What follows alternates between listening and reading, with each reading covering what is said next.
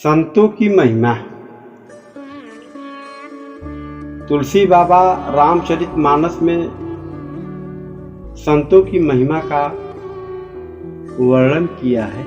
तुलसीदास जी महाराज ने संतों के लिए लिखा है, साधु चरित्र शुभ चरित कपासु, निरस विशद गुणमय फल जासु, जो सही दुख पर छिद्र दुरावा, वंदनीय जहीं जग जस पावा। संतों का चरित्र कपास के चरित्र जीवन के समान शुभ, जिसका फल निरस विशद और गुणमय। कपास की डोरी निरस होती है, संत चरित्र में भी विषयासक्ति नहीं, इससे वह भी निरस है। कपास उज्ज्वल होती है, संतों का हृदय भी अज्ञान व पाप रूपी अंधकार से रहित है, इसलिए वह विशद और कपास में गुण। इसी प्रकार संत का चरित्र भी सद्गुरु का भंडार है, इसलिए वह गुणमय है। जैसे कपास का धागा सुई के किए हुए छेद को अपना तन देकर ढक देता है, संत स्वयं दुख सहकर दूसरों के छिद्रों दोषों को ढकता है।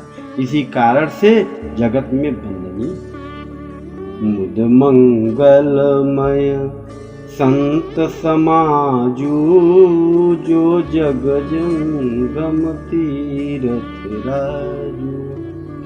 राम भक्ति जहाँ सुरसरि धारा, सरसई ब्रह्म विचार प्रचारा।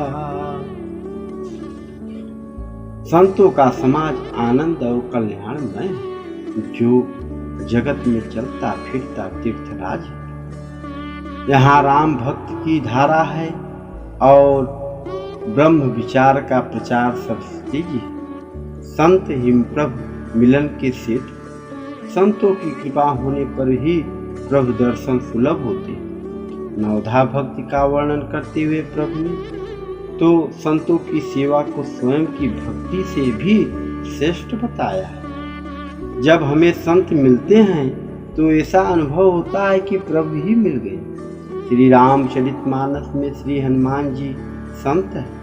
वे जिस जिस के जीवन में आए उसे प्रभु श्री राम जी के दर्शन और कल्याण हुआ। सुग्रीव को श्री राम से मिलवाने का कार्य हनुमान जी ने ही किया था।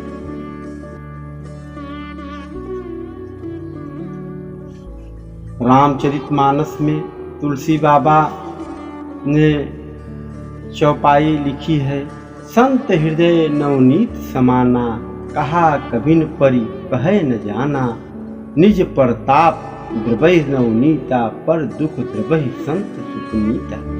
संतों का हृदय मक्खन के समान होता है। बाबा गोस्वामी जी ने कितनी बड़ी उपाधि दिया है, संत का हृदय मक्खन के समान।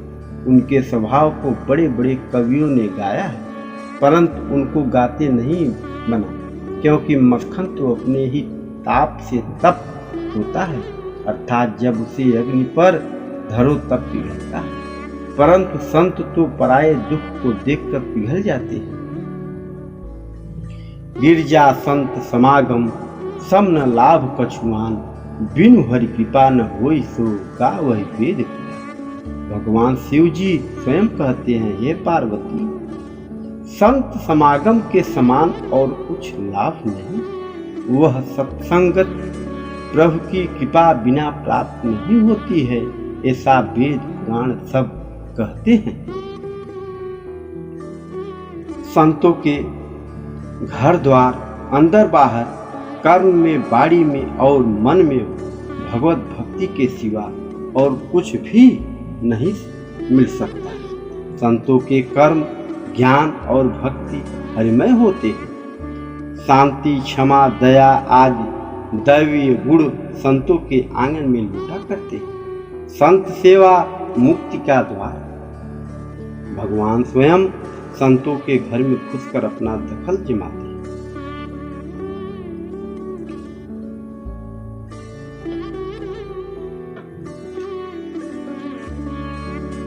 सत्संग के बिना जो साधन है वह साधकों को बांधने वाला कठिन बंधन।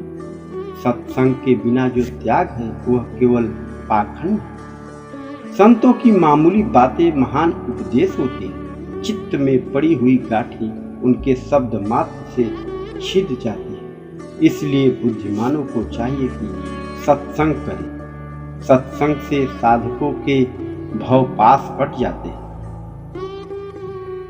हृदय में प्रभु का नित्य ध्यान हो, मुख से उनका नाम कीर्तन हो, कानों में सदा उनकी ही कथा गूंजती हो, प्रेमा आनंद से उनकी ही पूजा हो, नेत्रों में हरि की मूर्ति विराज रही हो, चरणों से उनके ही स्थान की यात्रा हो, रसना में प्रभु के तीर्थ का रस हो, भोजन हो तो वह प्रभु का प्रसाद हो, साष्टांग नमन हो, उनके ही प्रत आलिंगन हो, आह्लाद से उनके ही भक्तों का, और एक क्या आधा पल भी उनकी सेवा के बिना व्यर्थ न जाए। सब धर्मों में यही श्रेष्ठ धर्म है।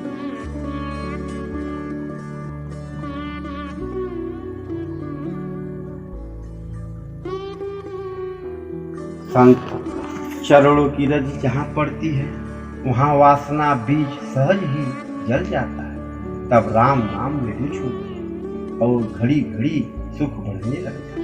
कंठ प्रेम से गदगद, नयनों से नीर बहता है और हृदय में नाम रूप है। यह बड़ा ही सुलभ सुंदर साधन पर पूर्ण से यह प्राप्त होता है। संत मिलन की बड़ी इच्छा थी, बड़े भाग्य से वह मिलन हुआ। इससे सब परिश्रम सफल हो गया। हरिभक्त मेरे प्यारे स्वजन, उनके चरण में मैं अपने हृदय पर धरूं। कंठ में जिनके तुलसी माला है, जो नाम के धारक, वे मेरे भव नदी के तारक। आलस्य के साथ हो, दंभ से हो अथवा भक्ति से हो, जो हरि का नाम गाते हैं वे मेरे परलोक के साथी। कोई कैसा भी हो, यदि हरि नाम लेने वाला है तो वह धन्य। हरि कथा माता का अमृत क्षीर, इनके सत्संग से सेवन कर पाता हूँ। उन दयालु हरि भक्तों के दासों का मैं दास। अखंड नाम स्मरण का है आनंद, अहरनिश प्राप्त हुए बिना चित्त शुद्धि का साक्षात्कार नहीं हो सकता। नाम स्मरण का चस्का लगना है बड़ा कठिन, पर एक बार जहाँ चस्का लगा वहाँ फिर एक पल भी नाम से खाली नहीं जाता। नाम स्मरण यह है कि चित्त में रूप का ध्यान हो और मुख में नाम का जप। अंतःकरण में ध्यान जमता जाए, ध्यान में चित्त रखता जाए, चित्त की तन्मयता होती जाए। यही वाणी में नाम के बैठ जाने का लक्षण है। चित्त में ध्यान न हो तो न सही, पर बाड़ी में तो हो यह नाम स्मरण की बड़ी पूरी। हे हरि, तुम्हारे प्रेम सुख के सामने वैकुंठ बिचारा क्या। धन्य है वह काल जो गोविंद के संकल्प वहन करता हुआ आनंद रूप होकर बहा जा रहा है, बहा जा रहा है।